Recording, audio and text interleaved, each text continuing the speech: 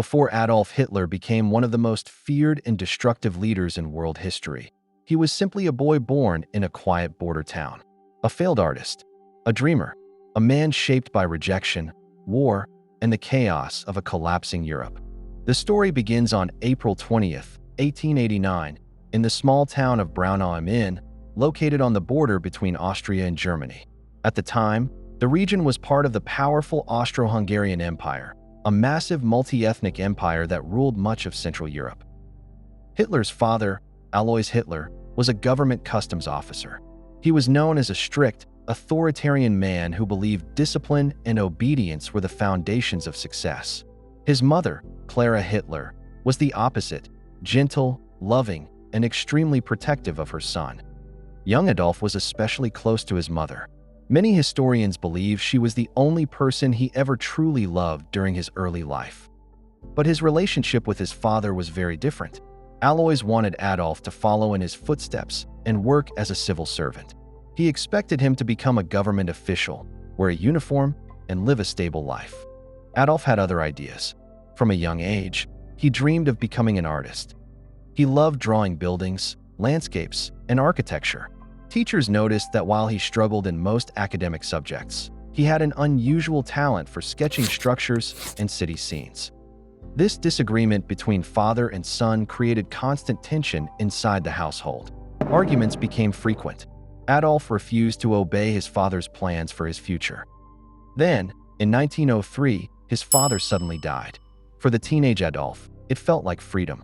Now he believed he could pursue his artistic dream without interference.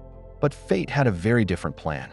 In 1907, Hitler moved to Vienna, one of the most culturally vibrant cities in Europe. Vienna was famous for music, architecture, art, and intellectual life. It was the home of composers, philosophers, and some of Europe's most respected artists. Hitler believed this was where his artistic career would begin. He applied to the Academy of Fine Arts Vienna, one of the most prestigious art schools in Europe. He was rejected. The Academy told him his drawings lacked artistic creativity and suggested he might be better suited for architecture. Hitler was devastated, but he tried again the following year. Rejected again. This moment is often seen by historians as one of the most pivotal turning points in modern history. Had he been accepted, Adolf Hitler might have lived a quiet life as a painter or architect. Instead, his dream collapsed. Soon after, tragedy struck again. In 1907, his beloved mother Clara died of breast cancer. Her death left Hitler emotionally shattered. Now alone and without direction, he sank into poverty. For several years, Hitler lived in homeless shelters and cheap men's hostels in Vienna. He survived by painting small watercolor postcards of buildings and selling them to tourists and shop owners. During this time, he spent hours reading newspapers and political pamphlets. Vienna was a city full of intense political conflict. Nationalism, anti-Semitism, socialism, and radical ideas were everywhere. Hitler absorbed these influences. Historians believe this was the period when many of his extremist views began to form. By 1913, frustrated with life in Austria and eager to be closer to what he saw as the true German culture, Hitler moved to Munich in Germany. Then history took a dramatic turn. In 1914, Europe exploded into World War I. Millions of young men rushed to enlist, driven by patriotism and excitement. Hitler was one of them. Even though he was technically still an Austrian citizen, he volunteered to serve in the German army. During the war, Hitler served as a dispatch runner, carrying messages between frontline units, a dangerous job that exposed him to constant enemy fire. He fought in brutal battles across the Western Front and was awarded the Iron Cross First Class, a rare honor for someone of his rank.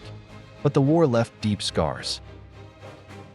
By 1918, Germany was collapsing. Soldiers were exhausted, the economy was ruined, and revolution was spreading across the country. When Germany surrendered, Hitler was in a military hospital recovering from a gas attack. He was devastated. Many Germans felt the same way. They believed their country had been humiliated and unfairly punished by the Treaty of Versailles, which forced Germany to pay enormous reparations and accept blame for the war. Germany's new democratic government, the Weimar Republic, struggled to control the chaos. Inflation skyrocketed. Political violence filled the streets. In this environment of anger and instability, Hitler discovered something unexpected. He had a talent: public speaking. His ability to deliver fiery speeches and capture the emotions of frustrated crowds quickly attracted attention. In 1919, Hitler joined a small political group called the German Workers' Party. Within a few years, he would transform it into the Nazi Party, one of the most powerful and dangerous political movements in modern history. What began as the life of a rejected artist would eventually reshape the world. The story of Adolf Hitler is not just the story of one man. It is a story about how economic collapse, political instability, wounded national pride, and powerful propaganda can combine to produce one of history's most catastrophic leaders. And it all began in a small town on the border of Austria and Germany, with a boy who once dreamed of becoming an artist.